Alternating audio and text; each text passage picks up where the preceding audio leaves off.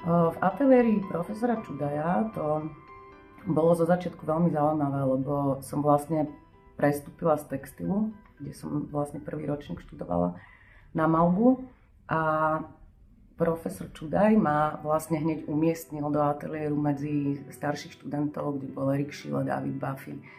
A ja som vlastne musela nabehnúť na tú ich rýchlosť a to tempo a vlastne do toho rozbehnutého vlaku, v ktorom oni boli. A bolo to pre mňa veľmi prospešné. Portrét versus krajina sú vlastne dve témy, ktoré paralelne spracovávam a obidve sú akoby taká forma vlastne takej mojej akoby samoty, ktorú mám veľmi rada, lebo tá krajina je meditácia pre mňa.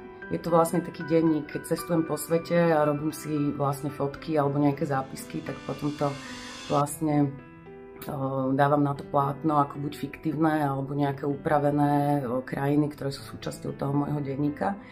A portrét je vlastne ďalšia forma, ktorá je to v zásade tiež meditácia, alebo som pri tom sama, alebo vychádzam vlastne z fotografie, ktorú si robím ja, alebo pri tej poslednej vlastne sérii portrétov, ktorú mám aj v Magna Galerii aktuálne vystavenú, tak sú to vlastne autoportréty žien v pleťových maskách, kde vlastne využívam aj to, že akým štýlom oni vlastne na seba pozerajú, ako dokážu aj v tej maske sa štýlizovať do nejakej ja neviem, pózy alebo niečoho takého.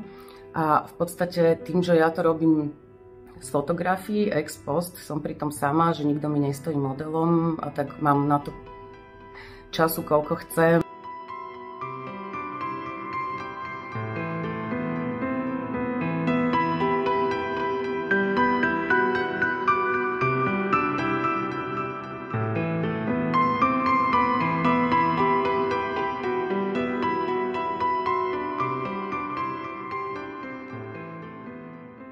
Séria portrétov, ktorá je v Piešťanoch, je vlastne poprekladaná malými akvarelmi, ktoré vlastne chcú povedať to, že žena má vlastne niekoľko úloh vo svojom živote, či už rodinnom, alebo takom akože všeobecne postavenie v nejakej spoločnosti.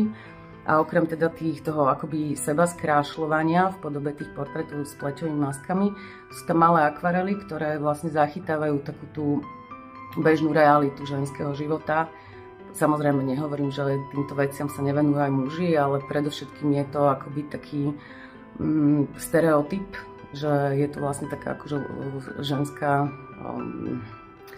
ako by som to povedala, povinnosť možno, z určitého uhla pohľadu. A sú to vlastne zachytené domáce práce, ako je upratovanie, záváranie uhoriek, umývanie riadu alebo pečenie croissantov.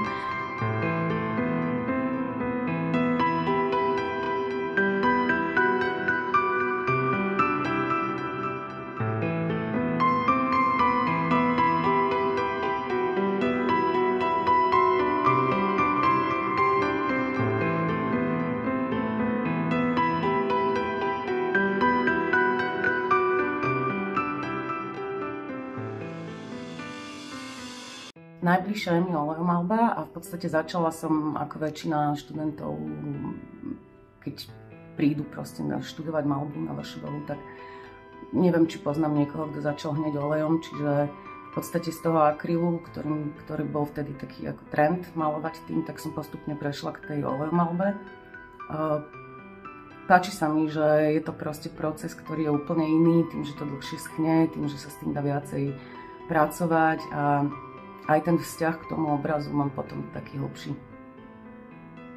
Témy si vyberám pocitovo a je to v podstate o tom, ako sa aktuálne cítim. Momentálne teda dlhší čas robím tie krajiny, lebo sa v tom cítim dobre. Sú to veľké formáty väčšinou, takže som akoby vnútri toho obrazu, v tej hĺbke. A tým, jak som spomínala, že sú to olejomalby, tak je to určitá forma tej meditácie, ktorú som tiež spomínala, lebo to trvá dlho a treba na to absolútne sústredenie. No a v podstate hovorím tak, jak to cítim. Keď už mám dosť toho veľkého formátu a tej oleomalby, tak si sadnem k stolu a začnem robiť tie akvarely, ktoré ma tiež vlastne uvoľňujú, lebo viem striedať aj formát, aj techniku a je to taký oddych v podstate.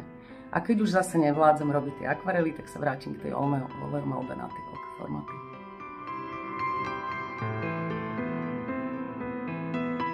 Okrem Magna Galerie, kde aktuálne prebieha výstava do konca mája, tak práve tú druhú líniu, tú krajinomalbu, môžete nájsť v Košiciach v galérii Mína Art Space, peknej veľkej, kde tie obrazy pekne vyniknú, lebo je to taký veľkorysý priestor. Bolo by fajn, keby si viac ľudí možno našlo cestu k umeniu, k dobrému umeniu a začali sa obklopovať peknými vecami, aby im bolo lepšie v živote.